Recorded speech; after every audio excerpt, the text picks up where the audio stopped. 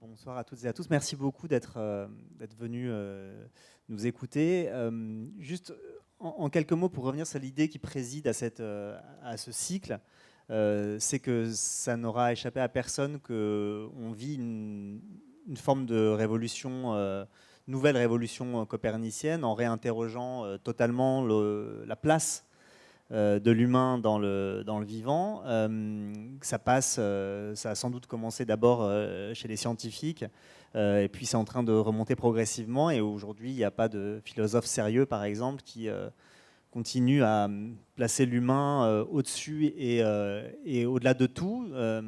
Alors nous, on va modestement contribuer à ça avec ce cycle de discussion qui donc repose sur l'idée que voilà, on peut écouter le vivant, le faire un peu différemment de ce qu'on a fait jusque-là, et en même temps se rendre compte aussi, sans doute, au sein de ces discussions, que ça fait très longtemps que des gens écoutent vraiment. Alors, juste en quelques mots, par exemple, le 19 août, on parlera de la manière dont on peut transcrire le vivant, comment la poésie, par exemple, depuis très longtemps, finalement, est peut-être la langue de retranscription du vivant, comment on peint, comment on peint une plante, qu'est-ce que ça signifie, etc. On parlera aussi de la question de l'enregistrement du vivant le 22 juillet, voilà, vraiment la question du son, c'est-à-dire comment il y a des gens qui passent leur temps à enregistrer, d'interpréter les sons du vivant, qu'est-ce que ça signifie. Et puis ce soir, c'est une discussion alors voilà, que j'attendais avec impatience, parce qu'évidemment le principe de ces discussions, c'est de faire se rencontrer des gens qui n'ont pas du tout les mêmes pratiques et les mêmes manières d'aborder la question. Et donc ce soir, c'est une discussion entre Bruno Mouliat, que les gens qui s'intéressent à la question des arbres ont forcément déjà croisé, entendu à la radio ou quoi que ce soit à la télévision. Bruno Mouliat, il est directeur de recherche à l'INRAE. Alors, si jamais je me trompe dans les acronymes, vous me précisez, hein, Bruno. Donc, il est l'Institut national de recherche pour l'agriculture et l'environnement, et il est directeur d'un laboratoire qui porte le joli nom, le joli acronyme de PIAF, qui pourtant ne s'intéresse absolument pas aux oiseaux, si ce n'est par accident peut-être. Oui, votre micro. Il est allumé normalement. Allez-y. Oui, les oiseaux vivent dans les arbres, donc pour eux c'est très important. Donc pour nous aussi. C'est vrai. Alors Piaf vous me dit, donc c'est physique et physiologie intégrative de l'arbre en environnement fluctuant, et c'est un des rares laboratoires complètement multidisciplinaires, enfin fortement multidisciplinaires, qui travaille sur les arbres. Alors vous avez beaucoup travaillé autour tout ça, on le redétaillera, hein, mais c'est pour vous dire, pour vous préciser un peu qui est qui. Les arbres ressentent le vent et la gravité. Et vous en arrivez à la conclusion qu'ils sont dotés d'une grande sensibilité, mais surtout d'une conscience d'eux-mêmes et des autres. Et vous ne reculez pas devant le fait d'utiliser le mot d'intelligence. Alors évidemment, vous définissez dans un sens très large, mais vous savez très bien ce que vous faites en utilisant le terme d'intelligence et en n'en trouvant pas un autre. Et on avait très envie de vous faire rencontrer quelqu'un, Joséphine Pallier. Alors, Joséphine, on l'a entendu, vous comme moi, Bruno, dans un épisode des Pieds sur Terre sur France Culture, la formidable émission Les Pieds sur Terre. Et on l'a entendu 2 fois, Joséphine. On l'a entendu il y a 10 ans, où elle était une petite fille qui était l'élève d'une école pour... Alors, c'est quoi? C'est enfants à haut potentiel, c'est ce qu'on dit? C'est ça, ouais. Oui, à haut potentiel, c'est le mot. Bon. Et elle était longuement interrogée par Élise Andrieux, la journaliste des Pieds sur Terre, et Joséphine racontait comment elle parlait aux arbres. Mais littéralement parlait aux arbres. Voilà. C'était une discussion très frappante. Et Élise, 10 ans après, a retrouvé, donc ça c'était l'année dernière ou il y a 2 ans qu'elle vous a retrouvé. Alors c'était avant le Covid, du coup, c'était oui. Ouais, puisqu'il y a avant et après le Covid, comme Jésus-Christ. Et donc, donc avant le Covid, et une discussion pour 10 ans après, et vous parlez toujours aux arbres. Et donc notre conversation, je voudrais commencer avec Joséphine. Alors je vous explique juste que Bruno peut donc poser toutes les questions qu'il veut dans cette première discussion, parce qu'on est tous les deux aussi curieux de savoir ce que ça signifie que parler aux arbres pour vous. Alors, commençons de manière très protocolaire. J'aimerais savoir, avant de savoir ce que c'est que parler aux arbres, quand est-ce que ça a commencé? Est-ce que vous en souvenez? Alors, pas vraiment. Si, je m'en souviens parce que j'étais vraiment. En fait, je m'en souviens pas parce que j'étais vraiment très jeune, mais je me souviens de quand ça a continué. Donc, je sais que vers mes 7 ans, je parlais aux arbres déjà. Donc, je dirais vers mes 5 ans, quand j'ai vraiment compris qu'il y avait un monde autour de moi. Avant, c'était difficile, du coup. Ah, donc ça correspond à l'idée de comprendre qu'il y a un monde autour de vous. Ouais, je pense que c'est lié. Enfin, c'est comment s'intégrer dans le monde au travers des arbres. Enfin, moi, je sais pas, parce que je parlais à mes parents, je parlais à mes frères et tout, mais il y avait quelque chose de plus universel dans le fait de parler aux arbres, donc de plus comprendre le monde et s'intégrer dans le monde, je pense. Après, je dis ça avec un œil d'adulte. Hein. Enfant, je pense juste parler aux arbres. Alors donc, qu'est-ce que c'est que de parler aux arbres? C'est quoi, ça ressemble à quoi? Ça veut dire, je sais pas, aller jusqu'à un arbre, s'asseoir. Matériellement, ça signifie quoi? Alors, quand j'étais petite, c'était vraiment, je leur parlais à haute voix. Maintenant, c'est un peu plus nuancé parce que je dirais qu'il y a un aspect un peu plus méditatif dans le fait de parler aux arbres. Maintenant, je m'assois ou même parfois juste je me mets sur un banc parce que dans Paris, s'asseoir à côté des arbres, c'est un peu compliqué. Mais je me mets à côté d'un arbre et en fait, je fais le vide en moi. Et il y a une forme de sentiment de plénitude et de... Enfin, c'est comme si j'avais une conversation qui se fait par image et par sentiment. Il n'y a plus vraiment de mots maintenant, mais quand j'étais jeune, il y avait des mots. Mais je pense que c'est parce que les mots, c'est aussi une aide, ça permet de... Enfin, c'est la première étape, et après, ça devient un peu plus englobant. Je ne connais pas le mot. Vous leur disiez quoi? Parce que c'est vous qui leur parliez, mais alors, vous leur disiez quoi d'abord? Alors moi, quand j'étais petite et toujours maintenant, je leur raconte ma journée ou alors je leur parle de mes rêves. Il y a un côté un peu... De vos rêves? Un peu journal intime, moi, mes rêves. Ouais. Mes rêves dans le sens, mes rêves, ce que je rêve la nuit, Ouais. mais aussi mes rêves d'avenir, ce que je veux devenir, ce que je veux accomplir. Il y a un côté très intime dans le fait de parler aux arbres et un peu... C'est comme une psy. Il n'y a pas de... Raconter ses rêves et son joie intime, ouais. Ils ne nous jugent pas. Oui. Pardon. Ouais. Je ne sais pas trop comment expliquer les idées parce que c'est très dans le ressenti et dans l'intériorité. Alors le mettre avec des mots, c'est un peu compliqué. Mais oui, je leur parle de mes journées, de ce que je vis. Et en échange, il y a un aspect... je considère qu'ils me parlent parce qu'ils m'envoient un sentiment de détente. Et ouais, c'est ça, c'est très émotionnel et intérieur. Il n'y a pas de mots, évidemment, mais il y a des images. Parfois, je suis à côté d'un arbre, je ferme les yeux et je vois d'autres images. Et je m'imagine que c'est ce qu'a pu vivre l'arbre. Après, j'en suis pas sûre, mais c'est un peu... J'interprète ça comme ce qu'a pu vivre l'arbre et ce qu'il veut me transmettre au travers d'images. Et je me demandais comment tu les choisis. Par exemple, en arrivant ici, il y a plein d'arbres là. Oui. C'est toi qui décides quand c'est, ou tu sens quelque chose avec un arbre, tu vas plus vers un arbre qu'un autre, ou comment ça se passe? J'ai tendance à plus aller vers un arbre qu'un autre. Je sais pas, il y a quelque chose d'un peu... J'ai oublié le mot, mais dans l'âme, dans la chair, c'est assez... Par exemple, j'aime beaucoup celui-là. Je trouve Voilà, qu'il c'est ça. Lequel? Celui-là. Là. Celui qui est divisé en deux. Ah oui, ok. Ouais, je trouve qu'il a quelque chose de fort. Qui est derrière vous, là. Voilà, c'est ça. Ouais. Enfin, pile en face. Oui, derrière vous. Et vous arrivez à savoir pourquoi? Pourquoi c'est Sur plutôt celui-là qu'un autre? Sur le coup, non. Ah ouais. Je pense que c'est vraiment... je pourrais si j'y réfléchissais, mais j'y ai jamais vraiment réfléchi. C'est très... c'est juste parfois, je suis dans l'humeur de plus parler à un arbre qu'un autre. Mais donc en arrivant à un endroit comme ici, peut-être comme vous aussi, tu as remarqué tout de suite les arbres. Tu as regardé lequel te semblait le plus... Exactement. Mais en fait, j'ai pas vraiment fait attention. C'est juste... Oui, c'est ça. Je me suis rendu compte que voilà, lui, il me plaît plus. Mais est-ce que tu observes quand même des constances? Vous observez des constances? Par exemple, il y a des espèces qui vous plaisent plus que d'autres? Est-ce qu'à force, vous êtes aperçu que, je sais pas, les chênes, les saules-pleureurs... Parce que petite, vous disiez que vous aimiez beaucoup les saules-pleureurs. J'aime toujours beaucoup les saules-pleureurs. Je trouve que c'est les plus jolis. Ils ont quelque chose de fort et en même temps, avec les feuilles qui tombent, un peu mélancoliques. Et leur nom me plaisait beaucoup petite. J'aime beaucoup l'idée de sol, qui est un peu la force et le pouvoir, et pleureur, du coup, qu'on associe plutôt à la faiblesse, alors que c'est pas du tout faible, mais il y avait quelque chose de très poétique dans le nom. Et aussi, quand on va en dessous, on a vraiment l'impression d'être dans une cabane et plus du tout dans la réalité. Enfin, c'est loin des villes, loin de tout. On est juste au milieu des feuilles. Donc c'est vrai que j'aime bien ceux avec des feuilles tombantes ou Mhm. ceux qui cachent un peu du monde extérieur. Bruno? Mais celui-là, c'est pas le cas du tout. Ouais. Il est- Non, mais lui, il a une forme particulière qui m'amuse beaucoup, je pense. Et est-ce qu'ils vous disent des choses? Est-ce que vous avez, avec des arbres différents, des expériences différentes? Il y en a où c'est un peu, par exemple celui du jardin des Tuileries, Ah du oui. coup, dont je parle dans l'interview. Bah, déjà, j'ai été très surprise en découvrant qu'en fait, il était déraciné. Parce C'est-à-dire, que- il avait Ben, été... Oui, il a été coupé en fait, et enfin, je pense qu'il est mort et ils l'ont gardé là.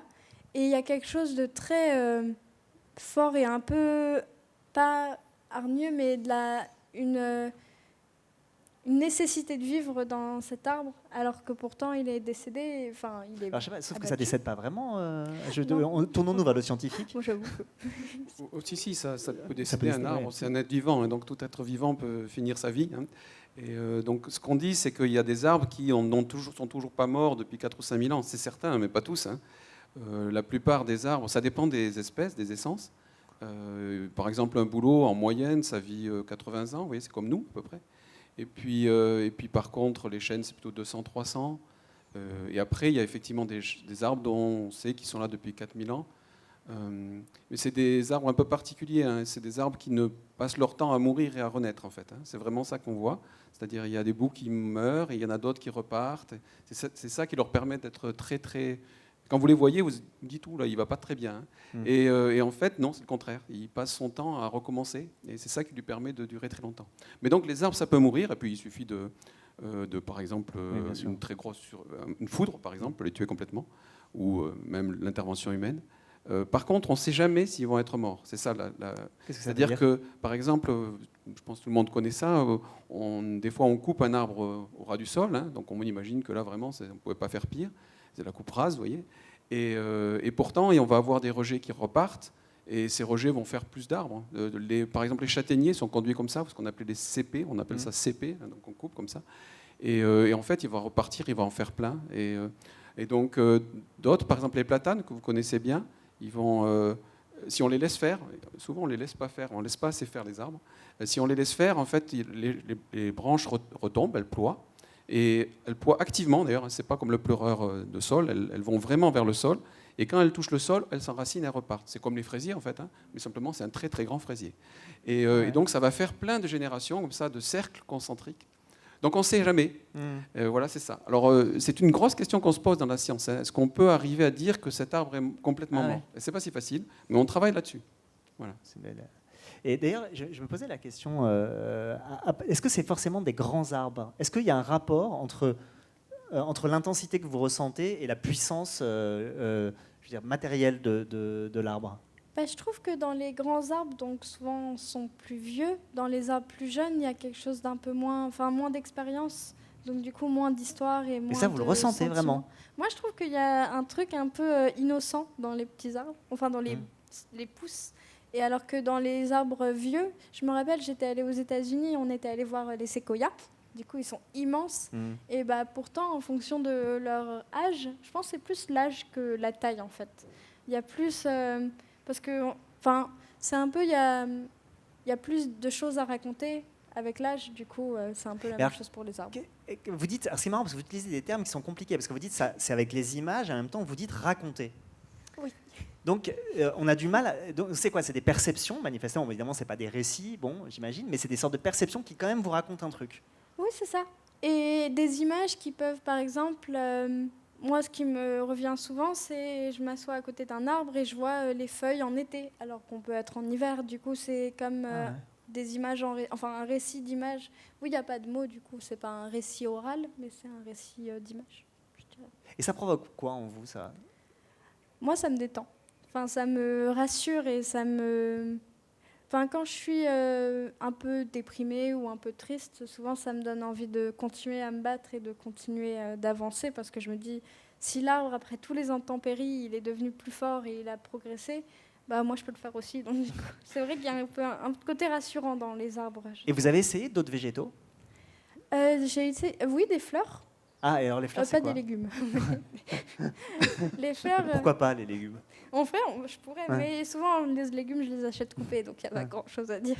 Mais les fleurs, oui, il y a quelque chose. Enfin, c'est plus doux, je dirais. Ouais. Il y a un truc un peu plus fragile dans les fleurs que j'aime bien. Mais Ouais. après, je parle moins en fleurs. Ah, pardon? Je parle moins en fleurs. Pourquoi c'est pas ça qui vous intéresse en fait? Non, c'est juste que. Enfin, oui, ça m'intéresse un peu moins, Ouais. je trouve. Ça me rassure moins. Les animaux, vous avez. Pardon. Ouais. Non, vas-y. Ouais. Allez-y. Les animaux, vous avez essayé? Oui. Ah, et alors? Bah alors, les animaux domestiques, ça marche très bien. Ah ouais. Moi, j'aime beaucoup parler à mon chat. Là, sur le coup, je lui parle à haute voix. Mais, Ouais. oui, il y a un truc de très rassurant dans le fait de parler au chat ou au chien. Enfin, on dit souvent que les chats et les chiens aussi, ça a un aspect très empathique. Et du coup, je pense que ça passe par là, par une forme de langage différent, pas obligatoirement avec des mots, mais avec des ressentis et des... Enfin, un chien, un chat, on le ressent tout de suite quand c'est triste. Je pense que ça marche aussi avec les animaux sauvages, mais par danger, je leur ai moins parlé. Ouais, forcément. Bruno, vous vouliez poser une question? Oui, c'était plutôt un commentaire en fait sur ce qu'elle disait sur le fait que les arbres plus âgés disent plus de choses. Et en fait, ce qu'on sait, c'est que les arbres, du point de vue scientifique, ce qu'on sait, c'est que les arbres jeunes sont très stéréotypés. C'est-à-dire, dans une espèce donnée, vous allez reconnaître toujours le jeune arbre, il est à peu près toujours pareil. Par contre, justement parce qu'ils ont cette capacité de se répéter, il y a un moment où ils vont commencer à faire d'autres choses, comme celui que tu as choisi, là, par exemple. Il a fait, c'est dommage, vous ne pouvez pas regarder parce que vous êtes dans le mauvais sens, vous regardez à nous, hein, mais c'est là qu'il faut regarder d'ailleurs. On le voit là? Oui. Il y a un reflet, bien sûr. Ah, d'accord, très bien. Donc, celui que vous voyez là. Vous croyez, Bruno, qu'on regarde depuis tout à l'heure, mais en fait, non. C'est bien. Et donc, du coup, en fonction des accidents de la vie, ils vont avoir à repartir, mais ils vont repartir du moment où ils sont, ils vont refaire autre chose, c'est ce qu'on appelle la réitération. Et donc, ça permet d'avoir des formes qui sont beaucoup plus riches. Et c'est ça, je pense, c'est peut-être ça qui t'appelle. En tout cas, moi, c'est celui-là que j'avais choisi aussi. Ouais. Et c'est pour ça. Mais donc, ça veut dire que le fait d'individualiser un arbre n'est pas absurde et qu'il aurait une individualisation qui irait progressivement, en fait, avec le temps. Je prends des mots qui sont évidemment des mots compliqués à utiliser comme ça, mais... Ouais, alors, vous voulez vous dire quelque chose? Non. Donc, du coup, ce qui est compliqué, alors ça c'est une question assez centrale sur laquelle on bataille depuis un moment en fait, hein, qui est est-ce que c'est un individu ou pas, l'arbre? Et c'est pas si simple, parce qu'individu ça veut dire qu'on peut pas couper, hein, individu, je ne divise pas. Ah oui. Donc moi par exemple, je suis un individu, si vous me coupez en morceaux, ça va pas aller bien pour moi, quoi. Vraiment. Un arbre, comme je l'expliquais avant, on peut le diviser et il va recommencer la plupart du temps sa vie. Il va peut-être faire 2 vies d'ailleurs. Et donc du coup, c'est pas vraiment un individu. Okay. Par contre, à un moment donné, il a quand même une certaine cohérence. Ouais. Hein, c'est-à-dire que les branches échangent des informations, elles échangent des choses. Donc à un moment donné, c'est ça que vous ressentez, il y a quelque chose d'individuel. On peut séparer cet arbre-là du voisin. Mais d'un point de vue scientifique, on a beaucoup de questionnements sur l'individualité. Par exemple, même génétiquement, un arbre peut être composé de plusieurs éléments qui sont un peu génétiquement différents. Ils ont eu le temps d'évoluer un peu différemment. Ça, c'est des travaux très récents. Et donc, c'est des grands arbres, là, pour le coup. Il faut des gros chênes, des grands arbres, des séquoias, tiens, par exemple. Et donc, du coup, c'est quelque chose de plus qu'un individu. Et c'est pour ça que ça vit plus longtemps, en fait. Je me posais une question, Joséphine. Quand vous dites, par exemple, l'arbre des Tuileries, vous allez le voir et le revoir régulièrement depuis des années. Est-ce que vous diriez que c'est une relation qui se construit? En fait, c'est en lien avec la question de l'individu, mais est-ce que vous diriez qu'il y a un truc qui s'est construit? Est-ce que ça progresse? Est-ce qu'il y a des moments où ça ne va pas? Alors, je peux plus dire pour le sol pleureur de ma grand-mère et tout quand j'étais petite, parce que le jardin de Tuileries, c'est vrai que même si j'essaie d'y aller souvent, mais j'y vais pas tous les ans non plus. Mais oui, je pense qu'il y a une forme de relation qui se construit parce que du coup, je grandis avec lui. Et j'évolue en même temps que lui et je suis son parcours autant qu'il suit le mien. Du coup, quand vous le racontez beaucoup ça, parce qu'en fait vous l'avez raconté à la radio une fois, vous le racontez à des gens que, je sais pas, quand vous rencontrez quelqu'un, vous dites assez vite que vous parlez aux arbres ou Pas forcément. J'ai un peu peur des moqueries, mais après, c'est pas que j'ai peur, mais c'est juste que, je pense qu'il y a une forme d'ouverture aussi, d'esprit à avoir. Du coup, oui, j'ai un peu peur des moqueries, mais c'est vrai que dès que je m'entends bien avec quelqu'un, je vais rapidement lui dire. Ou alors Et les gens réagissent comment? Bah, du coup, les gens, quand j'étais petite, beaucoup moins bien que maintenant, parce que c'est quand on est jeune, on évolue, donc on apprend à se construire. Mais maintenant, je sais que mon copain, ça l'a fait beaucoup rire. Et vous avez essayé de l'initier d'ailleurs? Non, jamais. C'est vrai que j'ai jamais essayé d'initier personne. Je devrais, ce serait intéressant. Ouais. Et bon, Bruno, C'est parce que c'est un truc très personnel en fait. Du coup, c'est vrai que j'y pense pas automatiquement. Oui, vous n'êtes pas la seule dans le monde. Ouais. Mais Bruno, quand on discute comme ça, parce que depuis tout à l'heure, ou depuis que vous avez écouté Joséphine, comment vous interprétez ce qu'elle dit? Comment vous le comprenez? Oh, je ne veux pas d'interprétation complète, hein. J'écoute aussi, ouais. Je découvre dans un certain sens. Moi, ce qui me frappe d'abord, c'est le fait d'être attentif. C'est pour ça que j'ai posé la question tout à l'heure. C'est une chose que la plupart des humains ne font pas. Peut-être vous le faites parce que vous êtes là, mais c'est dans un endroit donné d'être attentif aux individualités, si on veut dire, aux arbres qui sont là. C'est-à-dire, c'est pas un décor végétal qu'on a autour. Et souvent, les gens considèrent l'ensemble des arbres comme un décor. Et là, toi, je trouve que c'est... je vous vois. Non, toi, je trouve que c'est vraiment ce qu'on sent. C'est-à-dire que tu es arrivé et tu as ressenti des présences différentes. La deuxième chose qui m'a vraiment marqué, c'est le fait qu'en fait, en tout cas maintenant, c'est une forme de méditation face à un arbre, avec un arbre.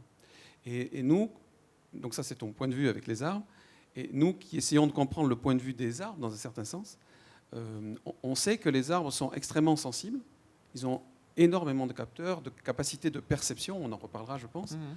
Et une chose qu'ils ont, c'est qu'ils n'ont pas d'attention. Nous, on porte l'attention sur un élément ou un autre, et quand on essaye de méditer, c'est en fait de ne plus porter l'attention sur grand-chose, c'est-à-dire d'être un peu ouvert à tout, de baigner dans tout ce qu'on ressent. Eh bien, on s'imagine, c'est la façon dont on représente ça actuellement, c'est que l'arbre, c'est un peu ça qu'il fait.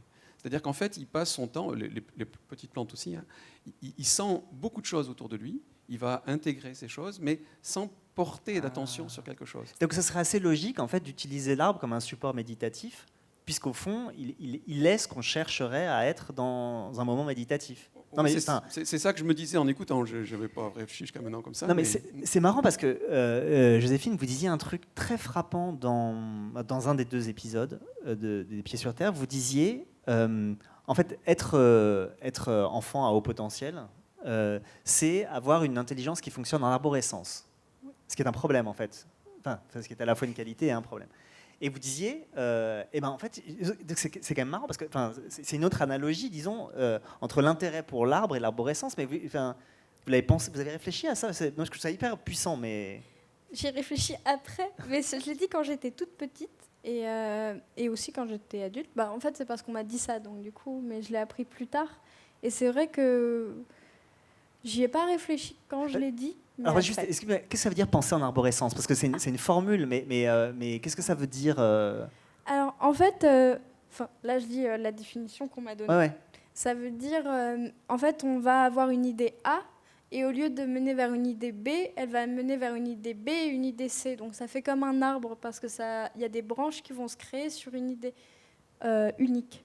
Donc c'est un peu ça. D'accord. À peu près. Et donc ce lien que vous avez fait entre avoir une pensée qui fonctionne comme ça, donc en création de branches, et l'intérêt pour l'arbre, c'est quoi? C'est que du quel coup, rapport vous avez imaginé? Moi, je sais que ça m'ouvre.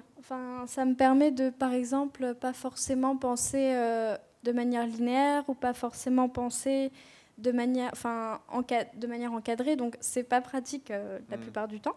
C'est vrai que pour les exercices de philosophie, c'était pas le plus pratique. Mais après, ça m'apporte, je trouve, une forme d'ouverture d'esprit et une forme de... Après, tout le monde a la pensée en arborescence. Oui, bien sûr. C'est que c'est un peu plus... c'est plus constant chez les personnes à haut potentiel, de ce qu'on m'a dit. Je ne suis pas sûre d'avoir très bien compris. Moi, on m'a dit que j'étais haut potentiel et après, j'ai jamais cru ça. Mais voilà, c'est parce que c'est compliqué de comprendre et d'accepter cette idée. Mais... du coup, c'est ça, c'est que ça m'ouvre en fait dans cet état où je suis pas obligée de m'encadrer ma pensée. Donc, en même temps, oui, c'est un défaut parce que je dois l'encadrer quand je suis dans des moments qui le demandent, mais sinon, en dehors, je suis pas obligée de l'encadrer. Okay. Et oui. Du coup, Et justement, face à un arbre qui, lui, est une arborescence, est-ce que quand tu le regardes, est-ce que tu regardes les différents éléments et ça te fait des idées différentes, ou est-ce que la structure de l'arbre, elle résonne avec l'arborescence de ta pensée? moi, je trouve que la structure de l'arbre en général résonne avec la structure de ma pensée. Ouais. Ouais, C'est pas, je me enfin, après, plus tard, quand j'ai plus communiqué, je vais me concentrer sur des détails. Mais avant tout, c'est un tableau. Ouais, Avant de voir, c'est comme quand on regarde un tableau, Ouais, c'est exactement ça. ça. Avant de voir premier plan, deuxième plan, troisième plan, on regarde l'entièreté et Mm. après on analyse et on voit ce qu'on en pense. D'accord. Et vous, Bruno, avant de voir, parce que vous avez commencé à parler de la question de la sensibilité de l'arbre et on y reviendra sur vos travaux, mais vous avez quel rapport sensible à l'arbre? Alors, moi, je pense, d'abord, je suis très visuel dans un premier temps, c'est-à-dire que je suis très attentif aux formes. Et j'ai choisi ce que je fais en partie pour ça. Ah oui. En fait, ouais, même si je ne le dis pas trop quand je suis à l'INRA, ou à l'INRAE, parce que je choisis aussi pour la production des arbres, etc. Mais en réalité, c'est ça. Et la deuxième chose, mais ça c'est déjà parce que j'ai certains savoirs qui me permettent de décoder, c'est que moi, dans la forme, je vois les mouvements, parce que je sais que les arbres bougent. Et donc, contrairement à ce que la plupart des gens vont voir, c'est-à-dire quelque chose d'assez statique, je vais décoder des mouvements. Voilà, donc je vais regarder les mouvements qu'ils sont en train de faire. Donc on reviendra là-dessus. Ouais. La deuxième chose, c'est qu'il y a tout l'aspect, disons, sensoriel. Quand on travaille dessus, hein, tout simplement, on touche les écorces, on a aussi des aspects olfactifs qui sont importants sur certains arbres. Et donc ça, on y est sensible, comme tout le monde, hein, ni plus ni moins que n'importe qui ici, je pense. Mais simplement, moi, je suis souvent au contact des arbres, et donc ça m'arrive plus souvent que la moyenne, je pense. Voilà. Et est-ce que ce que vous savez sur les arbres, ça a progressivement fait évoluer votre rapport aux arbres? Parce que je me pose la question, parce que quand on voit ou qu'on lit vos travaux, enfin, on s'aperçoit que je dirais pas que vous leur faites du mal, mais enfin vous les stressez par exemple, vous les déstabilisez les arbres, vous les mettez dans une situation où ils n'ont plus de sensation de la gravité, vous leur mettez de la lumière partout, enfin ces pauvres arbres, Bruno. Ouais, voilà. Alors il y a deux choses. Bon, d'abord, pour expliquer de quoi je parle. Pensez, ouais. Donc on utilise des situations où on met les arbres dans des situations sensorielles un peu différentes de celles qu'ils ont l'habitude pour pouvoir répondre à des questions. C'est-à-dire on voudrait savoir comment est-ce qu'ils arrivent à percevoir ça ou pas. Donc par exemple, on a des bulles de lumière. Donc c'est des bulles dans lesquelles la lumière vient de partout. Parce qu'on sait que les arbres, on pense que les plantes s'orientent par rapport à la lumière. C'est ce que tout le monde voit et c'est ce que tout le monde a expérimenté parce que vous mettez des plantes dans votre appartement. En général, les pauvres, elles ont tellement peu de lumière qu'elles vont essayer d'aller chercher le peu qu'elles ont dans la moindre fenêtre qu'il y a. Et donc on les voit comme ça aller vers la lumière. Et donc nous, on voulait savoir ce qui était la part de ça. Donc on a ces bulles de lumière, mais c'est une très belle expérience, les bulles de lumière. Moi, je suis rentré dedans. Vous êtes très bien, hein, c'est pas du tout... on baigne dans un bain de lumière, là, vous imaginez? Moi, je les vois très bien. Elles ont l'air très bien, d'ailleurs. Bon, alors, donc ça, c'est une plaisanterie un peu, mais c'est vrai quand même. Ensuite, ce qui arrive, par contre, et là où on se questionne, c'est la question de est-ce qu'on va les couper en morceaux? Voilà. Et c'est vrai que moi, j'ai travaillé sur les plantes plutôt que sur les animaux. Pour ça, parce que j'avais pas de problème au départ, hein, quand j'étais plus jeune, à les couper en morceaux et ça me posait pas de problème. D'ailleurs, je les mange et donc du coup, voilà. Donc j'avais pas ce problème de questionnement de qu'est-ce que je peux faire ou pas. Et avec le temps, évidemment, avec le fait qu'on voit qu'elles perçoivent plein de choses, on se repose des questions. Et une des questions actuelles qui n'est pas complètement tranchée, c'est la question de la douleur. Est-ce qu'une plante peut avoir ou pas de la douleur? Elle peut sentir le toucher. Si je la touche, elle sent. Ça, on reviendra dessus, mais c'est très clair. Donc si le vent la souffle dessus, elle va sentir ça. C'est très important pour un arbre. S'il ne sentait pas le vent, jamais. Mais est-ce qu'il a mal? Et donc on a, alors malheureusement, le Covid a arrêté ça, enfin a ralenti ça, parce qu'on a un programme de recherche actuellement pour essayer de voir si, oui ou non, les plantes peuvent avoir une douleur. Il y a beaucoup de gens qui pensent que oui. Moi, je pense plutôt que non. Et je pense, mais je ne peux pas le démontrer encore. Voilà. Je pense que plutôt, c'est pour ça que je pense que c'est une belle vie d'être un arbre. C'est que pourquoi? Parce qu'en fait, la douleur, à quoi ça sert? La douleur, je ne sais pas si vous savez ça, mais c'est un codage. C'est pas quelque chose d'immédiat la douleur. C'est pour ça que quand vous allez à l'hôpital, on va vous demander personne ne peut dire si vous avez très mal, beaucoup mal ou pas. On va vous demander sur une échelle de temps à temps, dites-nous combien vous avez mal. Donc en fait, c'est un recodage cérébral. Ça sert justement déjà, évolutivement, à focaliser l'attention. Si vous avez mal aux dents, si j'avais une rage de dents, là, je ne penserais pas tellement à vous parler. Hein. Je serais en train de me dire, j'ai mal aux dents, il faut que je fasse quelque chose. Et donc, ça aide à focaliser. Et d'autre part, ça aide aussi à prendre des décisions. Par exemple, j'ai trop mal, je pars en courant. Voilà. Et donc, ces deux choses-là, les plantes ne le font pas. Si on les coupe, elles réparent. Et si elles ne partent pas en courant. Ouais, voilà. Et donc, du coup, je pense, moi, que dans l'évolution, elles n'ont pas eu besoin, elles n'ont pas trouvé nécessité à la douleur. Donc, en fait, elles n'ont jamais développé de douleur. Donc, je pense qu'elles ont une belle vie, de ce point de vue-là. Et du coup, ça me facilite un peu la vie à moi aussi, parce que je m'autorise à les couper. Et à les manger aussi. Mais sinon, on ne peut plus rien manger. Il faut bien quand même se rendre compte de ça. Il faut quand même manger quelque chose. Mais ça a évolué, ça, j'imagine, quand même. C'est que votre rapport, il a évolué. Parce que depuis que vous avez commencé à travailler, les découvertes, c'est toujours un peu bizarre scientifiquement d'utiliser ce mot, mais enfin, voilà, ont quand même largement augmenté et ont montré que, effectivement, par exemple, la question de la sensibilité, etc., j'imagine que ça, forcément, ça modifie complètement votre rapport à votre objet. Oui, alors d'ailleurs j'ai une anecdote, c'est comment ça a commencé. En fait, moi au départ je suis mécanicien, je fais de la mécanique comme sur les ponts, les structures, les choses comme ça. Et donc je m'intéressais aux effets des forces sur les plantes. Et c'était une des premières expériences qu'on faisait sur un système où on appliquait des forces. Et puis il fallait aller manger. Et donc on a arrêté l'expérimentation, puis on est revenu après, et on s'est aperçu que la plante avait changé. C'est-à-dire qu'on avait des choses qu'on suivait, on suivait sa croissance, et je me suis dit, mais elle nous a perçus. On avait commencé juste l'expérimentation, on l'a arrêtée, donc finalement on n'avait quasiment rien fait en termes de force, et elle avait réagi énormément, de manière disproportionnée avec le petit contact qu'on avait fait.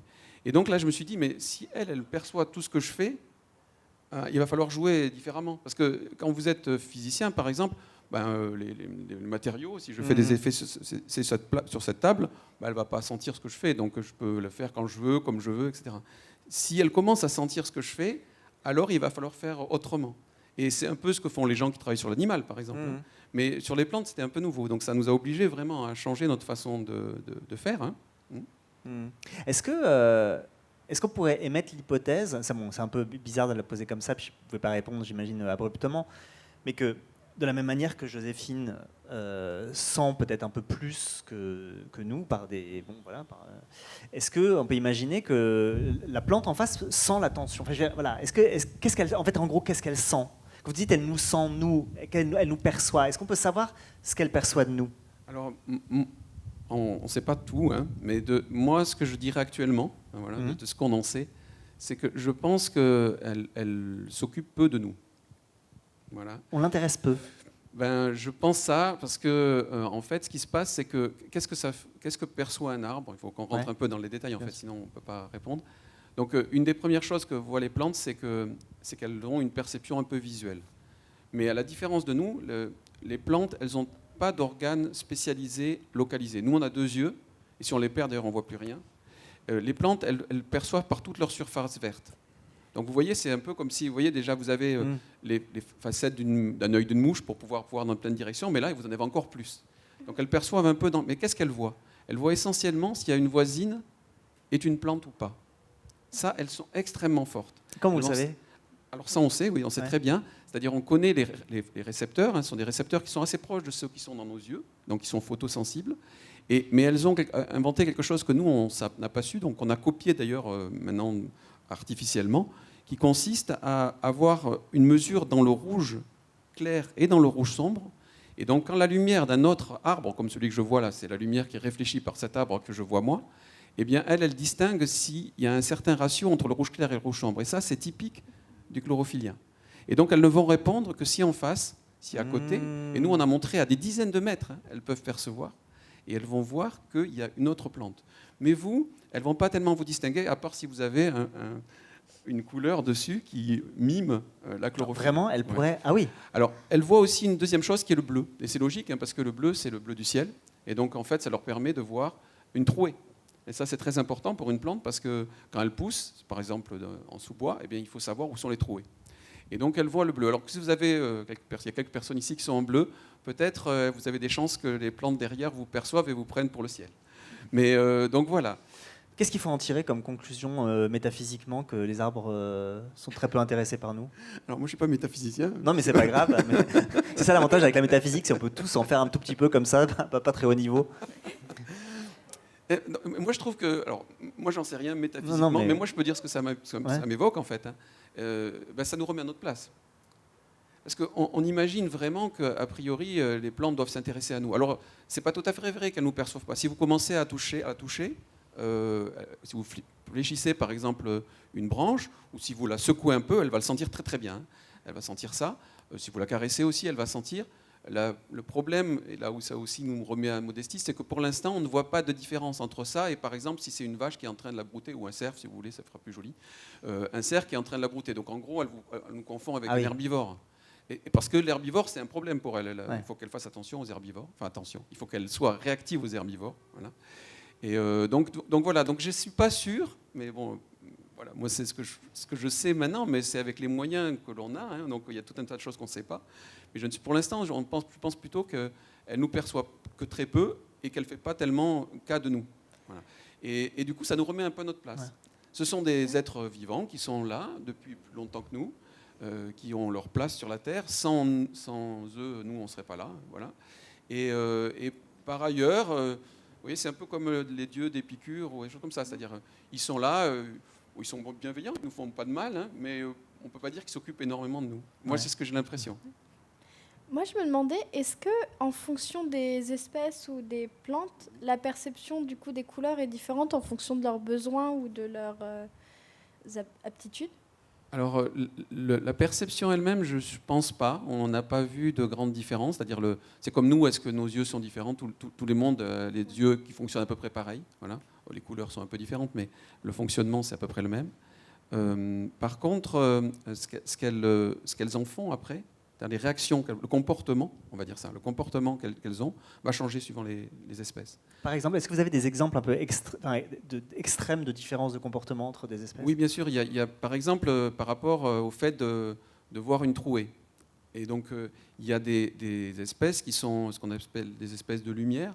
Et donc, quand elles vont voir une trouée, elles vont se diriger directement vers. C'est-à-dire, elles vont essayer d'y accéder. C'est des plantes qui vont essayer de monter en hauteur. Et puis, il y a des plantes de sous-bois. Celles que vous avez dans vos appartements, c'est souvent des plantes de sous-bois très denses, en fait, parce que c'est les seules qui arrivent à survivre dans les appartements, qui sont quand même très peu lumineux. Hein. Et donc, celles-là, par exemple, elles ne vont jamais faire ça. Elles ont appris dans l'évolution qu'elles n'ont aucune chance d'y arriver. Elles seront épuisées avant, parce qu'elles n'auront pas assez d'énergie pour y arriver. Et donc, elles vont plutôt, au contraire, faire dans l'économie. Toutes ces plantes d'appartements, c'est pour ça qu'on arrive à les garder, hein, c'est qu'elles sont dans l'économie. Elles sont vraiment à gaspiller le moins possible. Elles sont très très efficaces, elles vont faire des feuilles très grandes, très fines, comme ça, dès qu'il y a manque de lumière pour bien la collecter. Et donc voilà, donc les comportements sont différents. Il y a aussi, peut-être je peux dire ça, il y a aussi des plantes qui vont se déplacer sur le sol en fait. Hein. Bon, c'est l'exemple des fraisiers que je donnais, ou tout à l'heure des platanes. Et donc suivant les endroits où elles voient qu'il y a peut-être par là une échappée, elles vont y aller. D'autres ne le font pas. Voilà, donc on a des comportements de mouvement en fait. Alors, elles ont quelque chose qui ressemblerait à la vision, oui, ça vous l'avez dit. Quand on les touche, elles nous sentent, donc elles ont quelque chose qui ressemble au toucher. C'est un toucher. Ouais. Est-ce qu'elles entendent? Oui, alors ça c'était très débattu. Hein. Il y a eu plein de pseudo-expériences un peu... pas très bien contrôlés, on va dire, donc après ils sont toujours restés sur Internet. Mais maintenant, on crier sur un arbre et voir si... Oui, non, vous avez le fameux truc, est-ce qu'ils aiment Mozart plus que Bach, plus que AC/DC ou des choses comme ça, voilà. Ouais. Bon. Et le problème, c'est qu'en fait, avant de savoir si elles entendent, la question est de savoir si elles perçoivent le son, qui est une vibration de l'air. Voilà. Et qui est autre chose que de savoir si vous préférez Mozart ou AC/DC, vous voyez, c'est un deuxième niveau. Voilà. Et donc la question est tranchée maintenant. Okay. Donc j'ai par exemple un ancien étudiant maintenant qui travaille vraiment là-dessus, hein, à Toulouse, et la question est tranchée, et il y a l'accord, elles perçoivent des vibrations de type sonore. Bon, alors nous, le spectre qu'on entend est lié à notre oreille, hein. Elles ont un spectre qu'elles entendent qui est différent, plus large. On a montré par exemple que certaines plantes germent beaucoup mieux si on leur met certaines vibrations. Voilà. Et donc elles sentent, oui, donc elles ont ce qu'on peut appeler une ouïe. Voilà. Mais d'ailleurs, il me semble qu'il y a des musiciens qui s'entraînent à faire de la musique avec les vibrations qu'elles émettent. Et parfois, elles répondent aux vibrations ou elles reproduisent les vibrations, je ne sais plus Et vraiment. alors ça effectivement, c'est une étape du dessus, c'est-à-dire que alors nous, on travaille là-dessus, j'ai des collègues qui travaillent dans le laboratoire là-dessus. Donc les plantes on ne le sait pas, mais elles n'ont pas de nerfs, donc il n'y a pas de système nerveux chez les plantes. Mais par contre, elles ont quand même la propagation de signal électrique, qui est exactement comme dans nos nerfs, hein, c'est-à-dire une dépolarisation. Donc il y a des signaux électriques et on fait de l'électrophysiologie, ce qu'on appelle. Donc la même chose qu'on fait quand vous allez faire un électroencéphalogramme, on fait la même chose sur les plantes. Et donc on voit effectivement circuler, quand on les touche par exemple, où elles vont avoir des réactions qui sont de type, comme quand on nous touche, nous il y a un signal qui part. Donc ça sert à la plante à avoir des informations d'un endroit à un autre, hein, de circuler de l'information. Et donc les musiciens dont tu parles, ils se sont en fait emparés de ça, c'est-à-dire qu'ils ont utilisé ces systèmes que nous utilisons, nous, scientifiques. Et puis ensuite, mais c'est là que c'est un tout petit peu, ils ont recodé ça en musique. Ah, donc oui. comme on a des fréquences différentes, on peut faire de la musique. Et alors après, donc ça c'est le première étape. Donc le recodage, là, c'est un peu une décision humaine, on va dire. Alors c'est une musique un peu planante, hein, ça fait des espèces de nappes, ça, voilà. Et donc, je ne suis pas très bon, il faut mieux écouter les plantes, mais en gros c'est ça, quoi. Alors, est-ce que les plantes l'entendent maintenant ? Oui, probablement. Dans certaines gammes sonores, elles vont entendre. Donc elles vont avoir une réaction à ça qui refait de nouveau des changements, etc. Donc on crée une boucle effectivement perceptive. Après, qu'est-ce que ça leur fait vraiment ? C'est-à-dire, est-ce que ça les amène ? Vous savez, il y a un tas de trucs sur l'autocohérence, tout ça, des choses qui sont utilisées en méditation. Là. Bon, ça, je ne sais pas dire, en fait. Hein. En tout cas, ce que j'ai remarqué, c'est que, là encore, ça revient à l'histoire de l'attention aux plantes. C'est-à-dire que les gens qui font ça, dans un certain sens, au bout d'un moment, ils sont beaucoup plus intéressés par la musique que par ce que les plantes font, hein, finalement. Donc, il ne faudrait pas oublier les plantes, quoi. Voilà. Alors, ça veut dire que est-ce qu'elles sentent, enfin les odeurs, est-ce qu'elles sont alors oui, odorat elles ont un odorat. Alors là, c'est un domaine qui est en train d'exploser actuellement. Donc d'abord, vous aurez tous remarqué que quand vous allez dans un endroit, il y a plein d'odeurs, hein, liées aux plantes. Vous coupez un gazon, vous avez une odeur très typique, qui est l'odeur de l'herbe coupée. C'est quand même bizarre qu'il y ait cette odeur qui vienne tout le temps la même, etc. Donc on sait maintenant que ces odeurs servent de signal. C'est-à-dire que plante pour les autres plantes. Ah oui. Donc si vous coupez une plante, eh bien elle émet ces odeurs. Ces odeurs peuvent être perçues par d'autres plantes, et donc du coup, elles vont réagir. Et donc ça c'est très très travaillé maintenant. Il y a quelques odeurs qu'on connaît bien. Donc ce sont des signaux d'alerte en fait. Hein. Aïe, j'ai mal, j'ai été coupé. Alors non, pas mal parce que j'ai pas de douleur, mais j'ai une attaque à mon intégrité physique, on peut dire ça comme ça. Et donc j'émets un signal. Ce signal, déjà, il permet aux autres feuilles de l'arbre de réagir. Donc au sein même de l'arbre, entité, on va dire, pour ne pas dire individu. Et il peut être perçu aussi par les voisines. Et quand on se balade en forêt, on a énormément d'odeurs. Et il y a donc actuellement tout un tas de travaux pour savoir, au-delà des 2-3 signaux qu'on connaît assez bien, hein, voilà, est-ce que finalement il n'y a pas des cocktails, voire une sorte de langage, enfin en tout cas de codage vis-à-vis de ça. Donc ça, c'est un domaine très très actif actuellement. Mais on est au tout début, hein, ça fait une dizaine d'années que ça a commencé, on commence à déchiffrer à peine.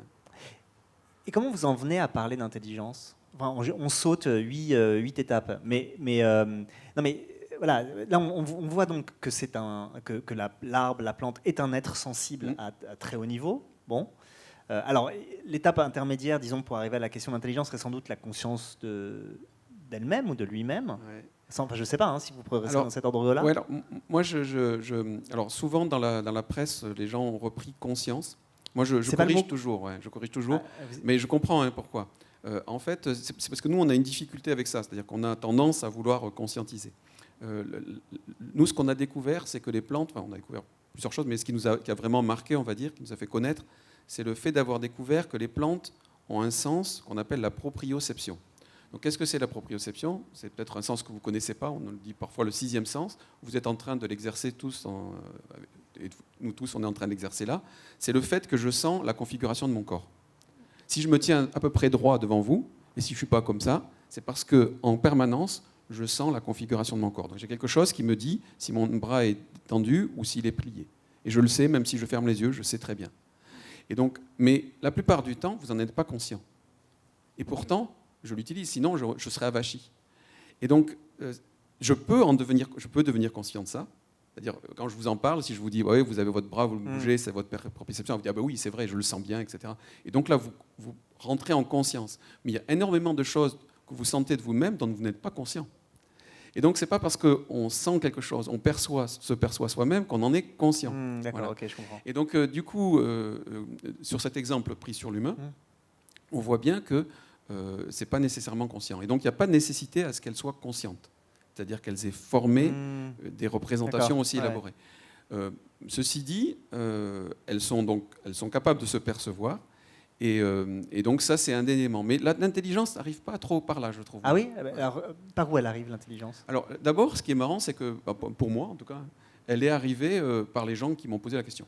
C'est-à-dire pas moi. C'est-à-dire typiquement les journalistes, les gens avec qui je discutais. Donc je présentais mes travaux. Les gens me disaient, non mais elles sont intelligentes là. Et des gens qui ne sont pas scientifiques, vous voulez dire. Voilà, vous voulez dire qu'il y avait exactement. une sorte de surmoi scientifique à ne pas utiliser le mot intelligence? Déjà, il y a ça. Ça, c'est très juste. Ouais. Il y a effectivement une sorte de surmoi, c'est-à-dire, bon, c'était interdit, en fait, tabou. Voilà. Donc, c'est compliqué en science, hein, parce que la science, c'est quand même essayer d'abord de comprendre des choses qui ne sont pas comme nous. Donc, on ne va pas commencer par projeter ce qu'on est sur quelque chose qui n'est pas comme nous, parce que sinon, on n'est déjà pas très bien parti. Mais d'un autre côté, il faut accepter, disons, d'élaborer des choses qui sont éventuellement communes. Les arbres et nous, on partage beaucoup de choses. On a de l'ADN en commun, on fonctionne. Il y a des cellules qui se ressemblent, etc. Donc cette distance à trouver, elle est difficile parce que si on oublie complètement ce qu'on a en commun, on s'assèche un peu. Et d'un autre côté, si on projette trop immédiatement, on rate la cible, puisque justement le but, c'est de comprendre ce qu'ils sont, qui nous ne sommes pas. Voilà. Donc voilà, donc du coup, c'est marrant parce que c'est essentiellement les gens, quand j'ai commencé à en faire des conférences, sur ce qu'on avait découvert nous, c'est-à-dire nous, on a travaillé sur la sensorimotricité, c'est-à-dire le fait que, contrairement à ce qu'on pense, vous voyez, on pense généralement, la classification dont vous parliez au tout début, qui remonte dans notre culture, par exemple, qui est écrite depuis Aristote, c'est les plantes, ça pousse, c'est-à-dire en gros, ça végète, quoi. Hein, ça fait des trucs, ça fait de la synthèse, ça arrive à grandir, voilà. Et puis ensuite, il y a au-dessus les animaux qui, eux, sont capables, animés, ça veut dire qu'ils sont capables de faire du mouvement et de percevoir. Donc les animaux, c'est comme les plantes, mais en plus, ça bouge et ça sent les choses et ça réagit. Et puis nous, au-dessus, on a l'intellect. C'était ça, Aristote.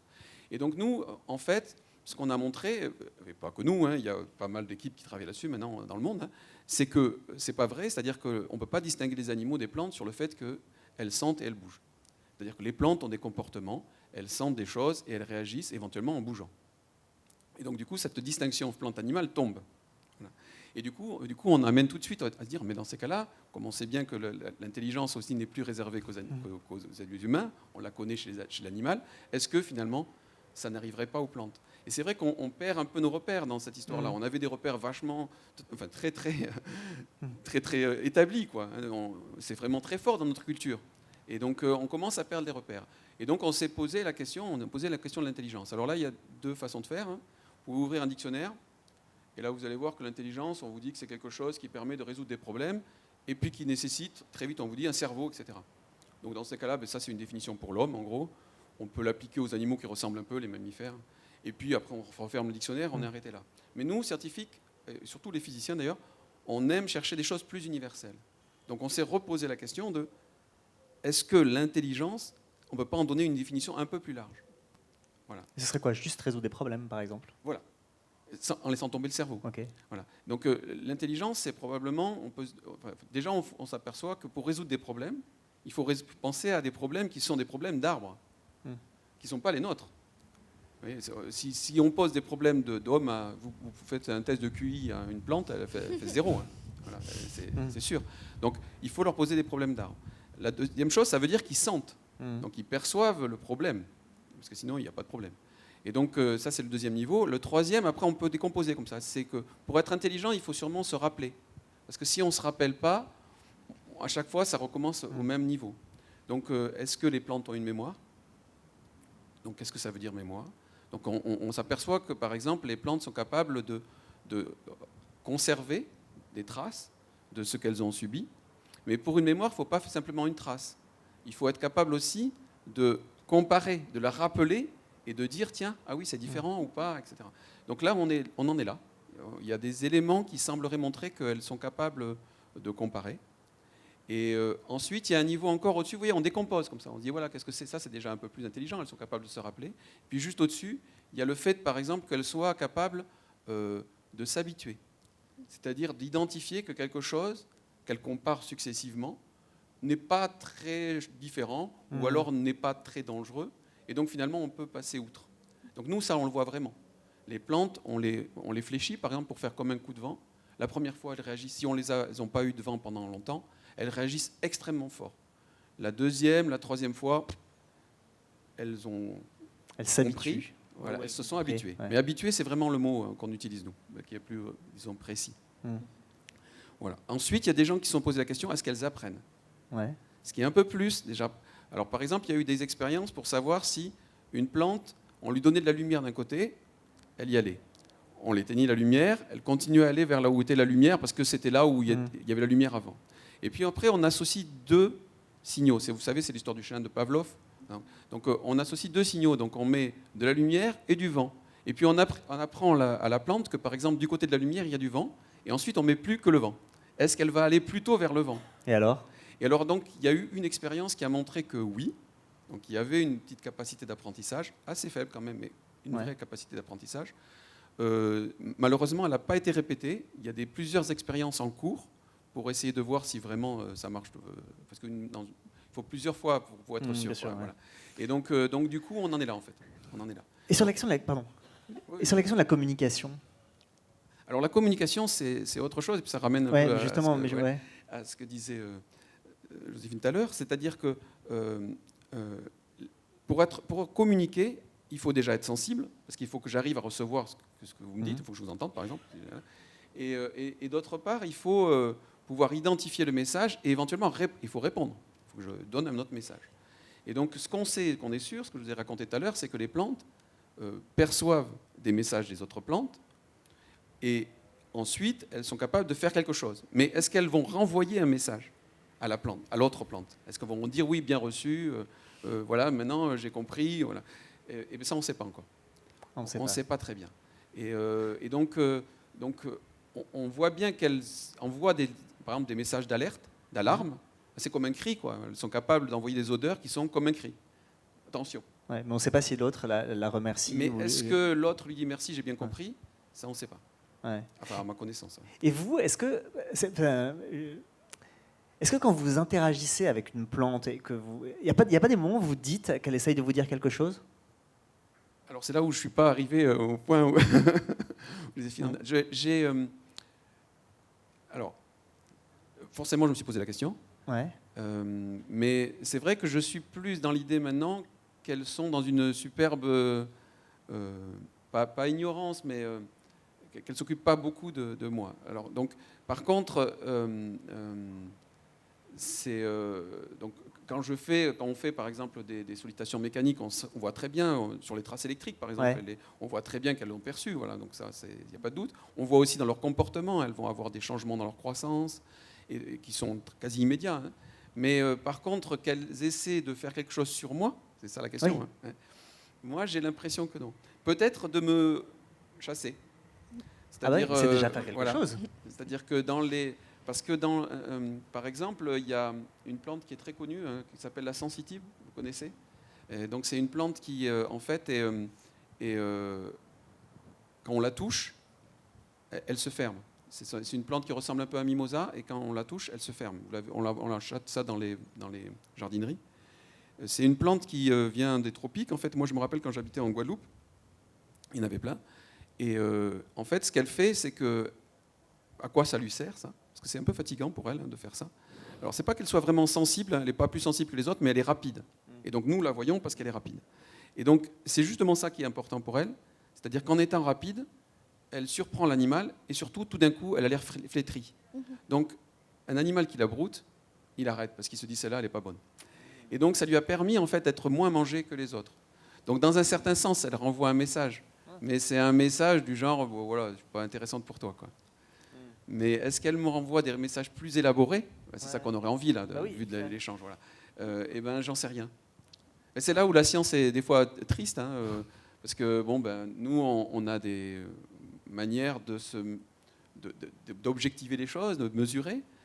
On a aussi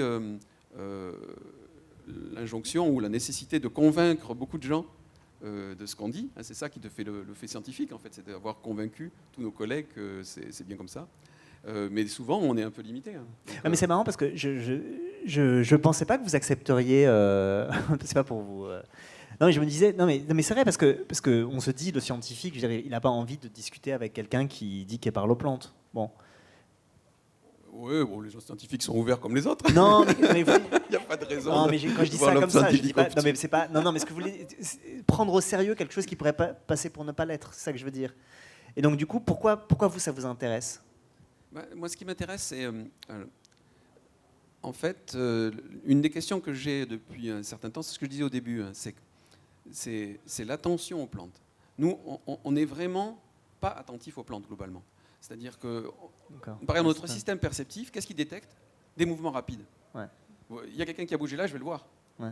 Voilà. Et parce que notre système, c'est un système proie-prédateur en fait. Hein. On a été sélectionné pour pas être bouffé par les, je sais pas quoi, les tigres à dents de sabre ou je sais pas quoi. Et donc du coup, on est capable d'identifier des proies. On va choper le lapin, voilà. Et donc on a un système qui voit les mouvements rapides. Les arbres bougent à une vitesse qui n'est pas la nôtre. Et il y a le botaniste que vous connaissez probablement, Francis Allais, qui est quelqu'un qui dessine très bien. Il a un très joli dessin là-dessus. Et il dessine la forêt équatoriale, la forêt tropicale humide, qui est pour toute personne qui aime les plantes est une expérience extraordinaire. La première fois que vous allez en forêt tropicale humide, c'est, bon, déjà ici avec quelques belles plantes, mais c'est vraiment quelque chose d'incroyable, quoi. Parce qu'il y a des formes de partout que vous n'avez jamais vues, il y a une profusion, etc. Et puis donc on voit des gens, des explorateurs qui sont là, donc des humains. Et puis il y a quelques qu'on entend, mais on voit rien, on entend cuit, on entend un singe qui hurle, etc. Et puis les gens ils disent waouh, c'est plein d'animaux ici. Et donc ça veut dire qu'ils n'ont pas vu qu'il y avait 90%, 95% de ce qui était autour qui était vivant, c'était des plantes. Ils ont fait attention à dire ah, il y avait des animaux ici. Et donc qu'on ne voit pas, qu'on ne voit jamais, qu'il y en a très peu, etc. Et donc moi je trouve que cette attention aux plantes, c'est quelque chose qui nous manque. Et c'est ce que j'aime bien, c'est ce qui m'a donné envie d'échanger, c'est que Joséphine, elle est très très attentive aux plantes, depuis le début. Et justement, et Joséphine, à l'inverse, enfin réciproquement plutôt qu'à l'inverse, est-ce que vous êtes dit, bon, ok, j'ai manifestement un rapport aux arbres, aux plantes un peu différent, plus fort, je ne sais pas si c'est sur une question d'hierarchie d'ailleurs.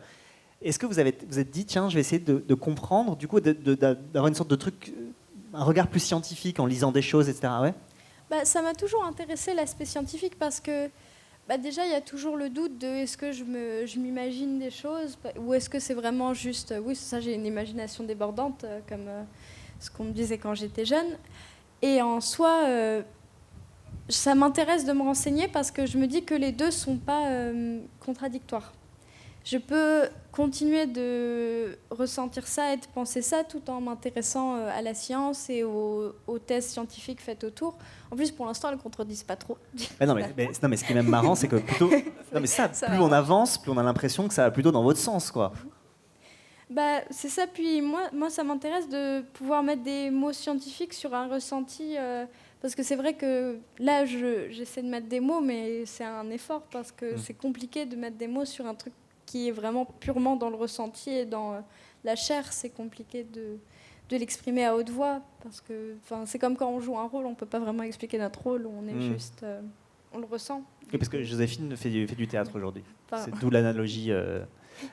Alors, on arrive au bout de l'heure de notre discussion juste entre nous trois. On pourrait évidemment continuer, mais ce qui est intéressant, c'est que vous êtes là, vous avez écouté, et que j'imagine que vous avez des questions, des remarques, parce qu'on a évidemment survolé très très vite tout ça, et qu'on a encore, avant de vous servir un petit verre, on a encore un peu de temps, et donc des micros vont tourner.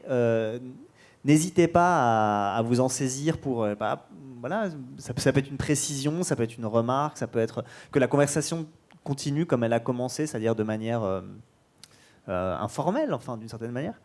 Et donc, on a envie, puis comme je vous disais, on a survolé plein de choses qui mériteraient d'être un peu approfondies.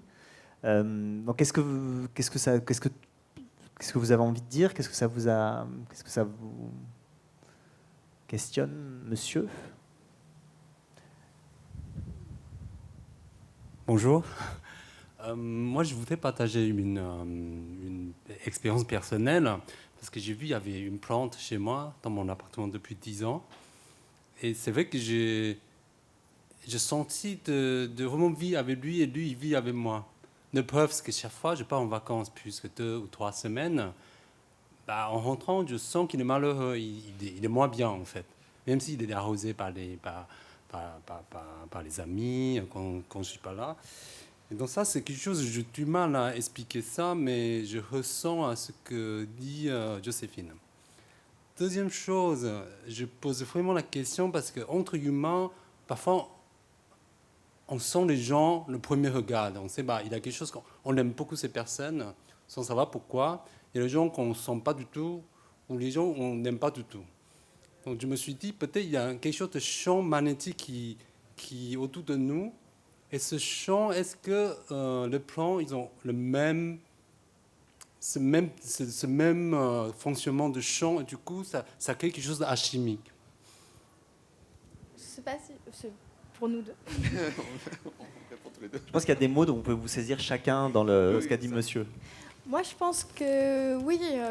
C'est vrai que la communication avec certains arbres, moi, j'essaie d'être assez ouverte. Tous les arbres m'intéressent, mais c'est vrai que parfois la communication, elle est plus compliquée ou elle met plus de temps. Donc, j'imagine que oui, il y a cette forme de pas champ magnétique, mais cette intuition plutôt. Après, c'est encore un ressenti personnel. Hein, mais... Alors, c'était intéressant ce que vous disiez tout à l'heure, parce que vous êtes parti d'une expérience d'abord entre humains, ce que vous avez dit. C'est-à-dire, quand je vois quelqu'un, je sens que ça va marcher ou pas du tout. Et en fait, nos mots, moi je ne suis pas spécialiste de ça, mais ce que j'en connais sont assez justes. Hein, c'est-à-dire qu'on voit la personne, et on sent que ça peut coller ou pas, parce qu'il y a des expressions qui nous disent quelque chose. Et puis d'autre part, on sent, vous savez qu'il y a toutes ces histoires de phéromones, etc. Donc on a aussi ça. Donc on n'a pas besoin des champs magnétiques pour avoir une perception à distance. On est très bien équipé pour faire ça.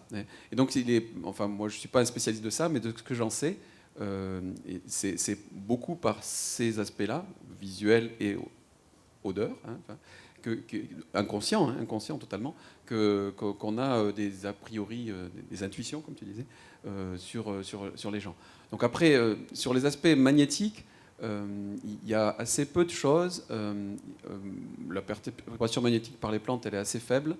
Il y a effectivement une capacité... les champs magnétiques peuvent changer des choses sur les plantes. Mais du coup, je ne suis pas sûr que ce soit forcément par le champ magnétique que passe l'interaction avec les plantes. Par contre, peut-être que vous faites des choses à la plante mieux que les autres. Hein. Par exemple, peut-être que vous faites plus attention à la façon dont elle pousse et vous lui permettez d'accéder mieux à la lumière. Ou peut-être vous la portez, vous la touchez au bon moment et comme il faut. Et donc elle a une forme qui est plus satisfaisante. C'est d'ailleurs, vous voyez, les jardiniers passent beaucoup de temps finalement à essayer surtout dans certaines traditions.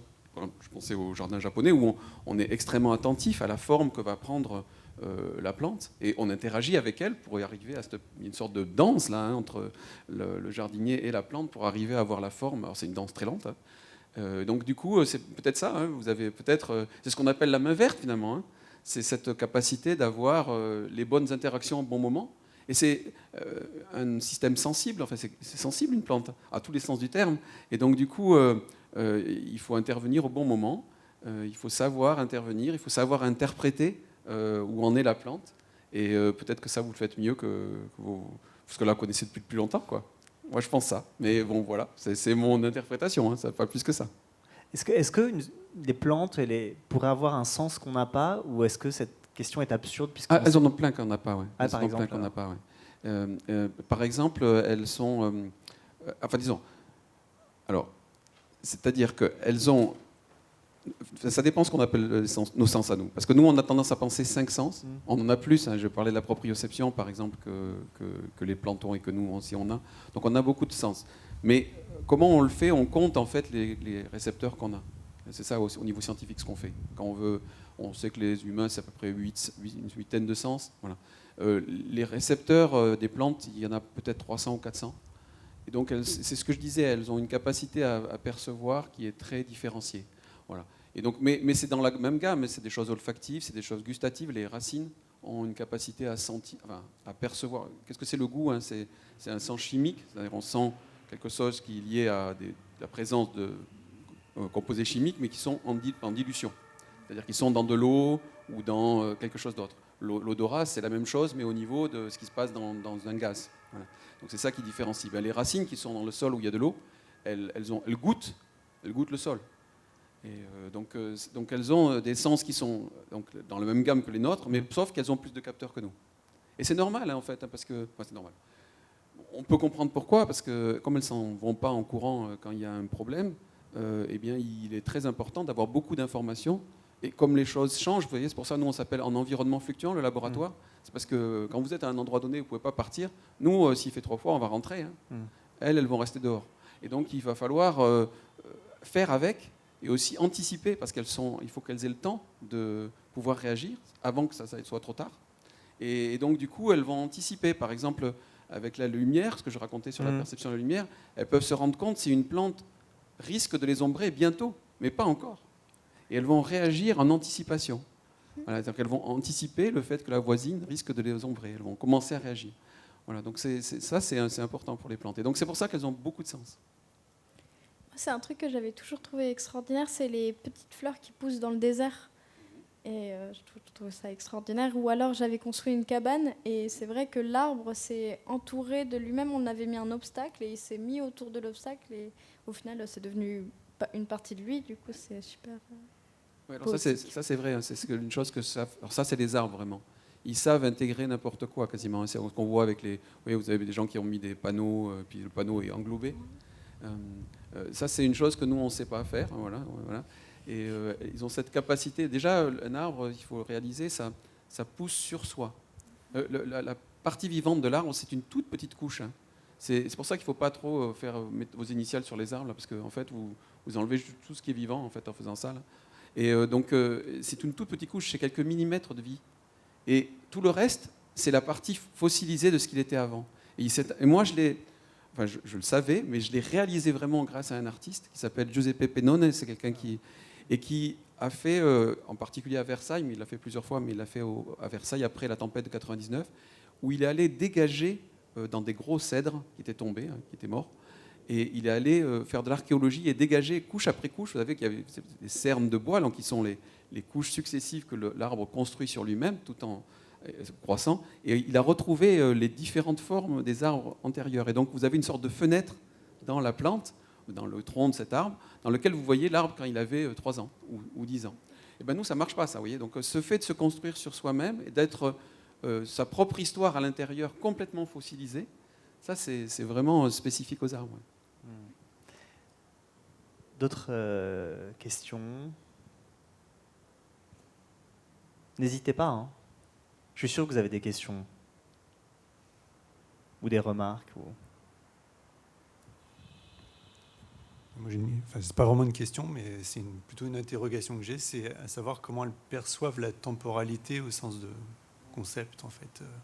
Vous y avez un peu répondu, mais ça reste très dans l'instant présent ou pas très longtemps après.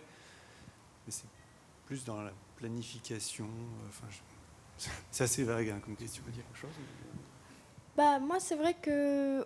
Enfin, après, sur le ressenti, on sent les différentes vies, enfin, pas les différentes vies, parce que c'est la même vie, mais les différentes étapes et tout. Enfin, je trouve qu'ils les transmettent. Donc, du coup, je dirais...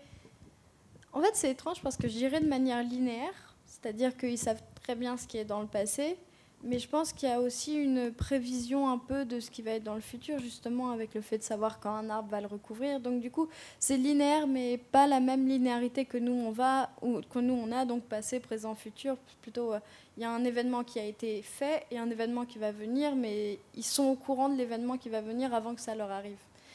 Parce que nous, c'est difficile de prévoir le futur. Enfin, après, ça, c'est des questions philosophiques. C'est un peu plus... Bon, je vais parler pendant des heures, là. Alors, dit avec mes mots et de notre point de vue, bien sûr, hein, c'est une question très importante, parce que la question, c'est est-ce que je peux passer au-delà du juste réflexe. J'ai quelque chose, pof, je réagis. Donc par exemple, la sensitive que je donnais tout à l'heure, c'est un réflexe finalement. C'est-à-dire je la touche, clac, elle se ferme. C'est exactement comme quand on tape. Voilà. Et donc la question est, est-ce que finalement on peut combiner plusieurs informations qui sont arrivées dans le temps à des moments différents et d'en faire quelque chose de combiné. C'était ce que je disais sur l'histoire de s'habituer ou éventuellement apprendre. Et donc ce qu'on sait maintenant, c'est que, de manière assez logique finalement, si vous faites, par exemple, vous touchez une plante, voilà, elle va avoir un certain nombre de réactions. C'est des réactions dures, et elles vont avoir une certaine rémanence. Elles vont perdurer, comme nous, notre réaction aussi dans le cerveau va perdurer.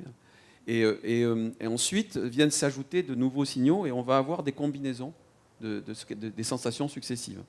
Et donc c'est comme ça qu'elles arrivent d'ailleurs aussi à s'habituer, on le sait maintenant. Et donc c'est vraiment une chose qu'on est en train de décortiquer. Donc elles ont effectivement une construction de perception dans le temps. Par exemple, ce qu'on fait aussi, c'est on fait des privations sensorielles. Donc j'ai une plante qui est en train, je l'incline, elle va sentir qu'elle est inclinée, elle sent très bien ça. Et ensuite, je l'empêche de sentir qu'elle est inclinée de nouveau. Donc elle a commencé à se redresser, dès qu'elle sent qu'elle est inclinée, elle se redresse comme ça. Et puis là, je lui prive de cette sensation-là, je l'empêche de sentir ça. Voilà. On peut le faire par l'anesthésie, par exemple. L'anesthésie, ça marche très bien. Hein. Tous les anesthésistes qu'on utilise pour les hommes marchent avec les plantes aussi. Hein. Et donc, les drogues, ça marche aussi. les drogues, la plupart viennent des plantes d'ailleurs. C'est une vraie question de pourquoi les plantes ont fait des drogues. Bon, je ne veux pas rentrer là-dedans. Voilà. Et donc, du coup, ce qui se passe, c'est que pendant un certain temps, elle va continuer. Donc, on peut étudier qu'est-ce qui se passe quand on a privé de la sensation immédiate et combien de temps elle va continuer à faire ce mouvement et puis quand c'est qu'elle va changer un peu de mouvement. Voyez, donc c'est comme ça qu'on arrive à essayer d'étudier qu'est-ce qui se passe dans le temps et on essaye de formaliser ensuite la réponse. Et donc on en est là pour l'instant. Mais ce qu'on est sûr, c'est qu'il n'y a aucune réponse qui est simplement des réflexes. Enfin, il y en a quelques-unes, mais il y a beaucoup de réponses qui ne sont pas des réflexes. Et le comportement des plantes, il est surtout dans la croissance. C'est pour ça que nous, on ne le voit pas tellement. C'est parce que ce qu'elles vont faire, c'est qu'elles vont croître différemment. Mais nous, on ne voit pas la croissance des plantes. On est trop pressé pour voir ça. Et donc, du coup, on ne se rend pas compte. Et donc, elles ont besoin d'intégrer des informations successives pour réussir leur croissance. Voilà, ça, je peux dire ça. Est-ce que ça va dans le même sens que ce que disait monsieur est-ce que l'idée de dire qu'une plante est traumatisée, ça voudrait dire quelque chose? Parce que ça veut dire la même chose. Ça... Alors, ça dépend de ce qu'on appelle traumatisé. Si c'est traumatisé au sens, elle a une blessure, hein, voilà. Oui, non, mais je parlais plus mais comme un trauma. Un peu psychologique. Oui, je pense que c'est un trauma, c'est-à-dire quelque chose qui va perdurer au-delà de la stricte question matérielle et physique. Vous voyez ? Voilà. Alors, c'est une question ouverte actuellement, parce que qu'est-ce que c'est qu'un trauma? C'est en fait... Là, j'ai réfléchi en parlant, hein, on est d'accord, donc je ne suis pas un spécialiste des traumas, mais une manière que j'imagine de pouvoir définir, c'est que je vais associer quelque chose qui m'arrive avec une expérience très mauvaise au même moment. Voilà. Et donc, si on est d'accord avec cette définition-là, voilà, alors dans ces cas-là, c'est vraiment la question qu'on se pose actuellement. C'est-à-dire, par exemple, est-ce que si une plante sent un toucher et que derrière elle est blessée avec ça, et si on répète ça, est-ce que la prochaine fois elle va surréagir au toucher, par exemple, et se rétracter plus vite? Voilà. Donc, mais ça, on ne sait pas très bien.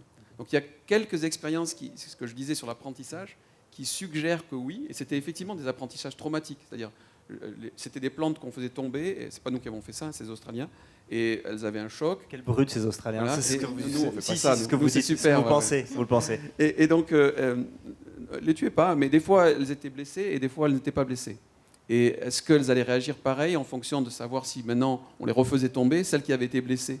Est-ce qu'elles allaient faire quelque chose? Et effectivement, eux, ils semblaient montrer, mais là encore, elles n'ont pas été répétées, que s'ils n'étaient pas blessés, petit à petit, elles ne réagissaient plus. C'est-à-dire qu'elles n'allaient pas se protéger de la chute. Enfin, ouais. Et donc c'était sur les sensitives, là, celles qui se referment. Et donc quand on les laissait tomber plusieurs fois, elles ne se refermaient plus. Mais par contre, si on les faisait tomber et en même temps elles étaient blessées, alors elles continuaient à se refermer. Et donc il y avait quelque chose de l'ordre d'une association traumatique. C'est-à-dire ce truc-là est dangereux et donc je fais attention. Enfin attention, je réagis ou je ne réagis pas. Moi, je me demandais, est-ce qu'il y a une transmission d'informations génétiques entre les plantes?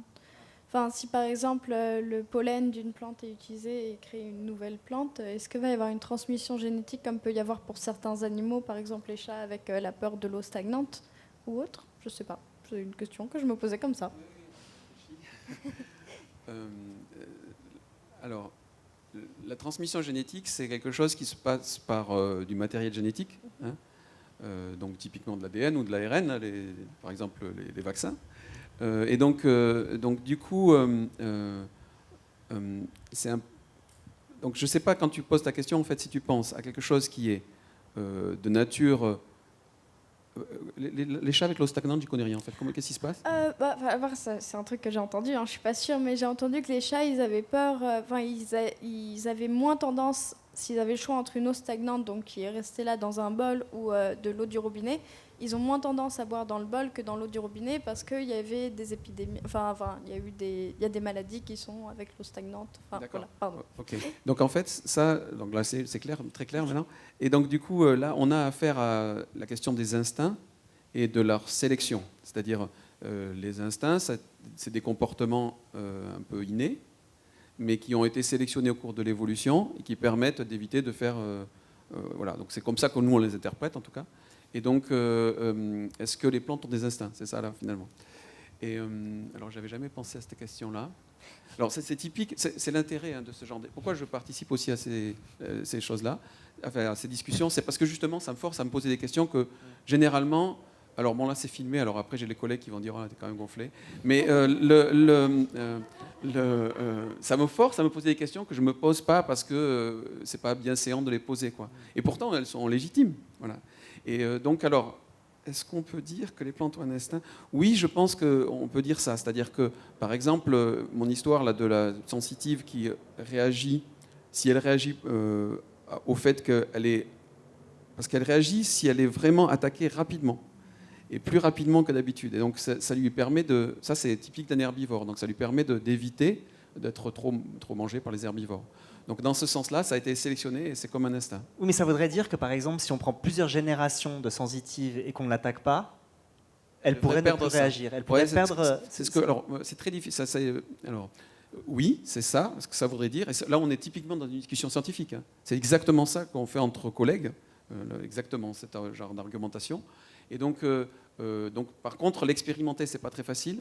Alors, il faut des choses qui poussent assez vite et qui ont fait des générations assez rapidement. On a des petites plantes, c'est pas des arbres du coup, des arabettes là qu'on appelle l'arabette des dames, sur lesquelles on peut faire ce genre d'expérimentation. Sinon, nous, ce qu'on a fait, c'est qu'on a fait des choses in silico. Donc, on a fait des modèles d'arbres et on les a fait vivre donc longtemps, donc des centaines et des centaines de millions d'années. Et donc, du coup, on peut voir effectivement ce qu'ils apprennent ou pas, par l'évolution. Hein, je parle.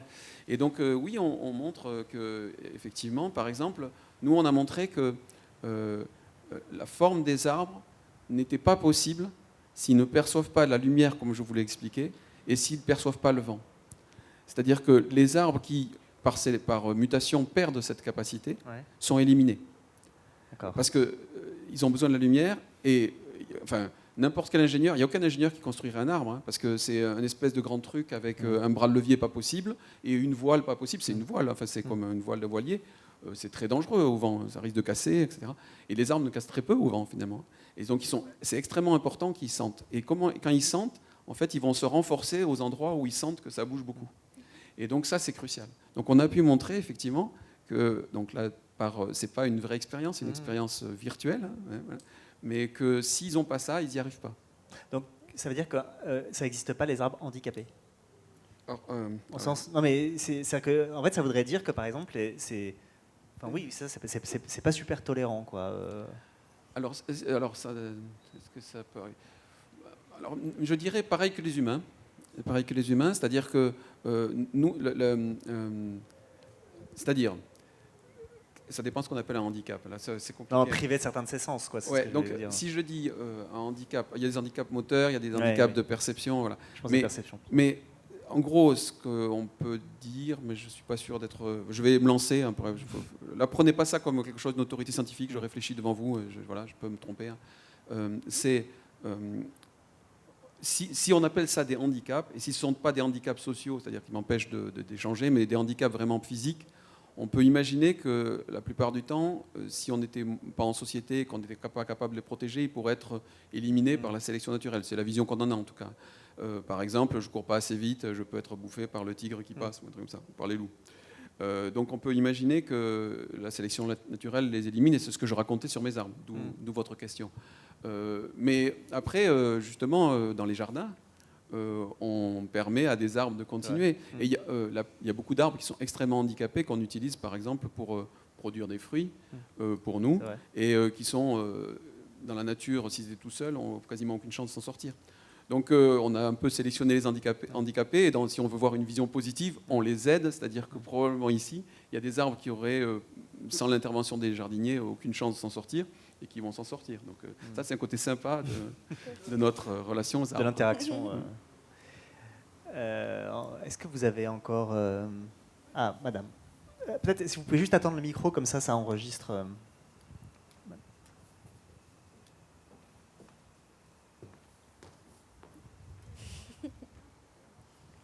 Merci. Moi, je me demandais simplement, quand on n'est pas comme vous, donc quand on n'est pas à haut potentiel ou bien un scientifique, et quand on est simplement le grand public, comment est-ce qu'on peut apprendre toutes ces choses qui font partie de cette révolution du vivant, qui sont en fait essentielles, indispensables. Enfin, quand on vous écoute, on est fasciné. Et moi, j'ai toujours trouvé qu'en France, on avait un rapport à la nature assez cartésien, forcément. Et voilà. Et donc ma question, c'est de savoir, est-ce qu'il y a des endroits où on peut apprendre quand on est grand public et intéressé par ces choses-là? Est-ce qu'il y a des endroits qui commencent à s'ouvrir? Est-ce qu'il y a une émulation autour de cette science des arbres qui passionne le grand public, on le voit dans les librairies? Jeudi prochain, ici même à 19h, vous pouvez répondre à cette question. Mais sinon, plus généralement, je ne sais pas. Moi, de mon côté, c'est surtout parce que toutes les personnes à haut potentiel font pas ça. Donc, du coup, comme toutes les personnes ne parlent pas aux arbres ou n'aiment pas les arbres, donc du coup, je pense que c'est en prenant le temps.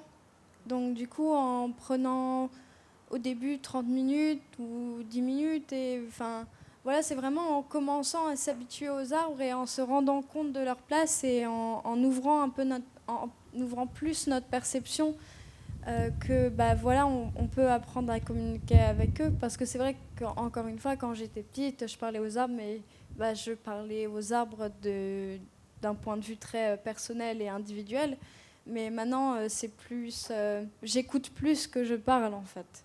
Du coup, je pense que c'est en prenant le temps et en s'habituant, déjà en les prenant en compte un peu plus, comme ce que tu disais. Je peux faire juste une petite remarque, je vous laisserai répondre, Bruno. Mais moi, je vis à Aubervilliers, où il y a une population, une communauté chinoise qui est très importante. Il y a un terrain, il y a plein d'endroits dans la ville, mais il y a notamment un terrain de pétanque, sur lequel les gens font de la pétanque l'après-midi.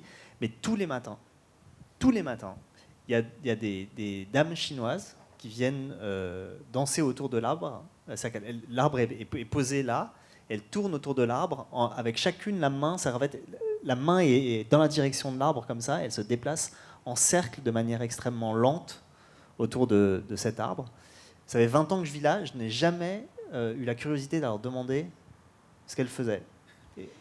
Excusez-moi pour cette remarque, mais je pensais à ça en me disant que c'était pour le coup une attention au carré. Donc demain. Donc demain, je vais leur demander. Non, mais j'ose pas en fait leur demander, et parce que je pense que c'est très proche de ce que vous disiez tous les deux de manière très différente sur la question de la méditation. C'est comment en fait toi tu décris comme quelque chose, et puis voilà en fait ils sont dans un état qui est celui de nous méditants. Donc je pense qu'il y a un rapport, mais je sais pas très bien comment elle le formulerait. Voilà, moi Bruno. Oui, c'est intéressant cette histoire. Donc moi, la première chose, je dirais, comme tu disais Joséphine, c'est-à-dire que je pense que c'est important de faire attention aux plantes. Parce que nous, on a besoin de faire attention. Donc arriver à faire attention et en venant à un endroit, ne pas considérer ça comme un décor, juste, ça change les choses déjà. Ensuite, il y a quand même les botanistes, la botanique traditionnelle, elle faisait faire du dessin. Ce qui est une façon, en fait, ça peut être la peinture d'ailleurs, ça fait une transition avec, voilà. Magnifique. Mais on peut dessiner, et en fait, moi au début, moi je suis pas bon en dessin, et donc quand j'ai commencé à travailler un peu avec les botanistes, je n'étais pas botaniste de formation, ils m'ont dit il faut dessiner. Je dis ça va être horrible. Voilà. Et donc j'ai essayé. C'est pas vrai. Si on veut, c'est pas besoin d'être très très fort, grand dessinateur. On va pas faire. C'est pas un tableau de Van Gogh, bien sûr, mais ça permet de vraiment. Et là, ça vous force à passer du temps à regarder globalement d'abord, parce que pour un dessin, il ne faut pas se rater sur le total, et ensuite dans le détail. Cette branche, là, elle part par là, etc. Donc ça, c'est une activité, par exemple, qui permet d'être attentif à une des choses essentielles du végétal, qui est sa forme. Et donc ça, c'est accessible à peu près à tout le monde, je pense. Après, la dernière chose que je dirais, c'est que je pense que la communauté scientifique qui s'intéresse à ça est une communauté qui a particulièrement fait l'effort d'aller vers le public, donc, comme ce soir, mais d'autres fois aussi. Il y a d'excellents livres qui sont disponibles.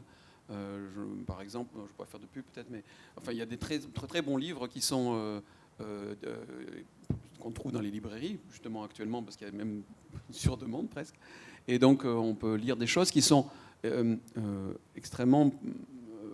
enfin, on a fait beaucoup d'efforts, je trouve, pour ne pas vulgariser, c'est-à-dire pour expliquer sans prendre les gens de haut, quoi. Et faire l'effort quand même de donner la complexité de la chose, quoi. Donc moi je trouve qu'il y a des choses. Juste pour citer peut-être deux trucs, il y a le documentaire Le génie des arbres, alors, qui est dans lequel Bruno est une sorte de star. C'est pour ça que modestement il n'en parle pas. Mais voilà, qui a été diffusé sur France 5 il y a 1 ou 2 ans. Ça on coupera au montage, mais en fait on peut le trouver sur YouTube. Voilà, et qui est vraiment très très bien fait. Et puis je pensais juste comme ça, il y a aussi la littérature, le livre L'Arbre Monde de Richard Powers, qui est un grand copain de Bruno Latour, enfin, donc, qui est un gros lecteur de science. Pour le coup, c'est un super biais pour rentrer, parce que c'est de la fiction, c'est à la fois de la super fiction et il y a du contenu scientifique, je pense, qui est assez irréprochable, enfin, il me semble. Hein. Alors oui, enfin, globalement, en tout cas c'est très intéressant. Et ce qui est important, je trouve, moi, c'est on a le droit de dire plein de choses qui ne sont pas scientifiques, parce que sinon c'est horrible, il n'y a plus que les scientifiques qui ont le droit de parler, donc c'est catastrophique. Mais par contre, ce qu'il faut faire attention, c'est pas prétendre que ce qu'on dit est scientifique quand il n'est pas scientifique. Donc si on fait attention à ça, et si on arrive à bien distinguer les choses, ça va très bien. Et l'Arbre Monde, c'est le cas, il n'y a pas de souci avec ça, je trouve. Alors puisqu'on hors micro, là...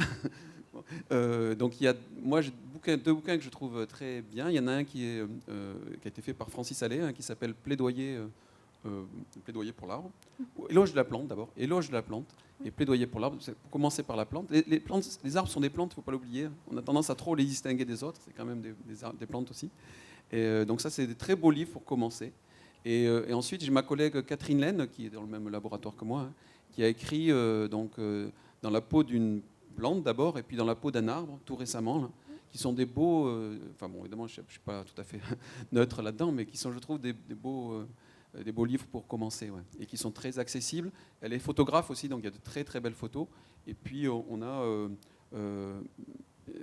la possibilité de rentrer un peu par plein de portes différentes, donc c'est assez agréable. Il y a aussi des mythes et des contes ou des différents textes poétiques qui parlent de ça. Enfin là, je pense... au bouddhisme ou au shintoïsme, où il y a tout un aspect de communication avec la nature et les plantes, justement, qui est assez important. Et même dans d'autres religions, plutôt les religions polythéistes, du coup, sur le coup, que les religions monothéistes ou les arts de vie. Et il y a différents types de méditation. Bon, après, il y en a qui sont plus extrêmes que d'autres. Il y en a un où il faut faire un câlin à un arbre. Ça, c'est un peu plus extrême. Mais après, c'est toujours très intéressant et toujours... Enfin, voilà, en fait, il faut prendre le chemin, je pense, qui nous convient, que ce soit par des traités scientifiques ou par aller dans la nature, se balader, faire des câlins aux arbres ou autre, ou alors que ce soit au travers de la littérature ou de la poésie. Il faut juste prendre le chemin qui nous convient et qui est adapté à notre méthode de pensée pour réussir à faire ce lien avec les plantes, je pense. C'est vrai, il y a de très très beaux poèmes sur les arbres. Moi, je me rappelle, pendant ma thèse, là, j'étais frappé par... Paul Valéry, donc, il a écrit des traités, il y a un truc qui s'appelle Palino sur l'architecte, et puis un autre aussi qui s'appelle le traité de l'arbre. Et vraiment, j'étais saisi. C'est-à-dire, j'étais en train de faire ma thèse, donc faire mes expériences, vous imaginez un peu. Puis, comme vous disiez, elle a torturé, là, gentiment torturé. Et puis, vraiment, ça m'a frappé. Donc, il y a des intuitions des fois qui résonnent pas avec nous. Hein. Voilà, certains poètes, ça ne résonne pas du tout, et pas du tout avec le savoir scientifique que j'ai. Et puis d'autres, au contraire, oui. Donc oui, c'est notre voie, il y en a pas mal, finalement. Il y a beaucoup de voies vers les plantes. Madame, je crois que madame avait une question. Vous n'avez pas parlé de sexe des arbustes. Enfin, madame. Bon, alors, pas moi qui vais le faire. Je vous donne un exemple. L'activia qui donne des kiwis. Si vous ne mettez pas un nombre de femelles avec un mâle, il n'y a pas de fruits. Ah oui, je ne savais pas ça.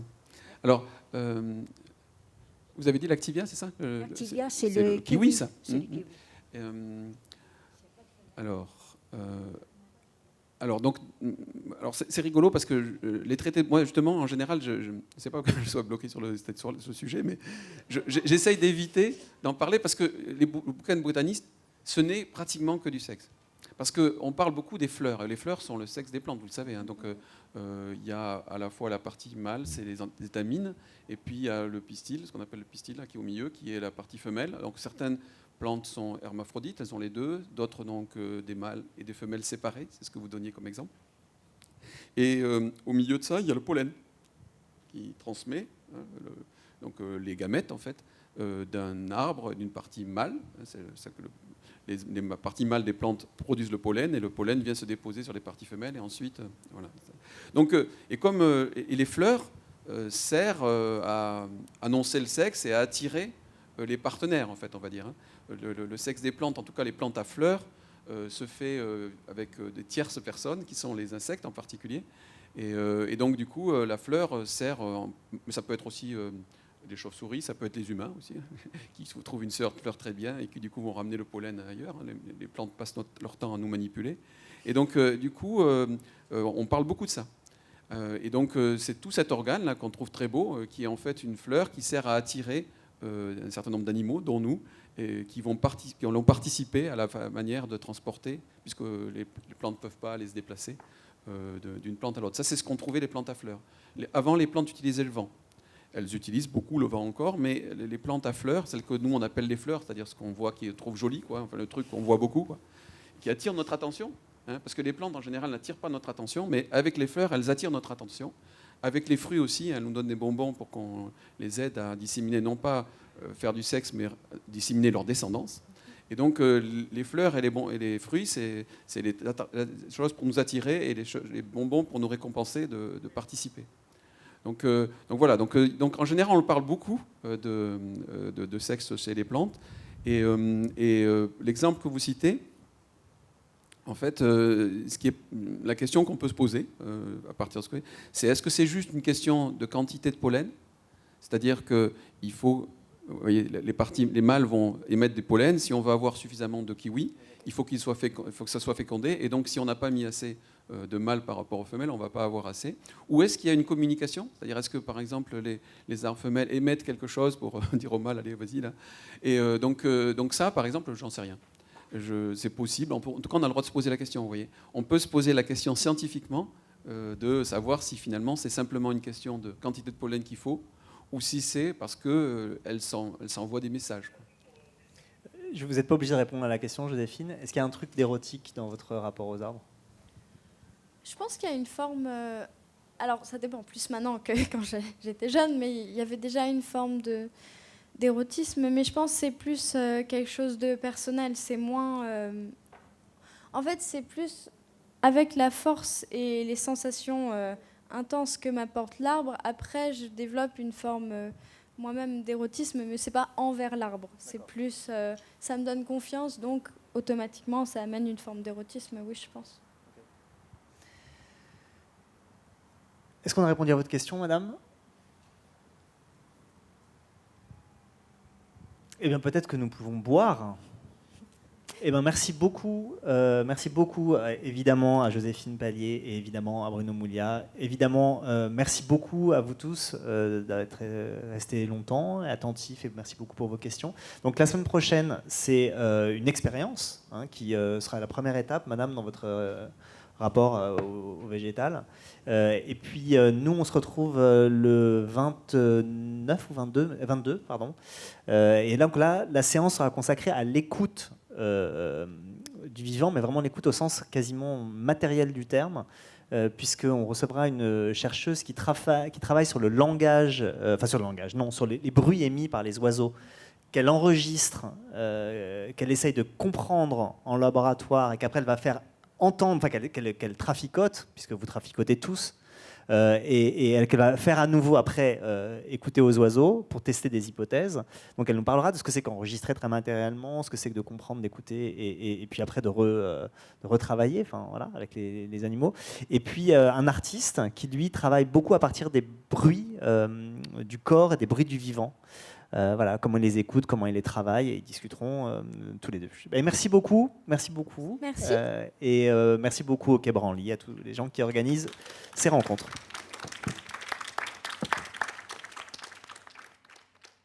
Oui, pardon. Une seconde, merci beaucoup.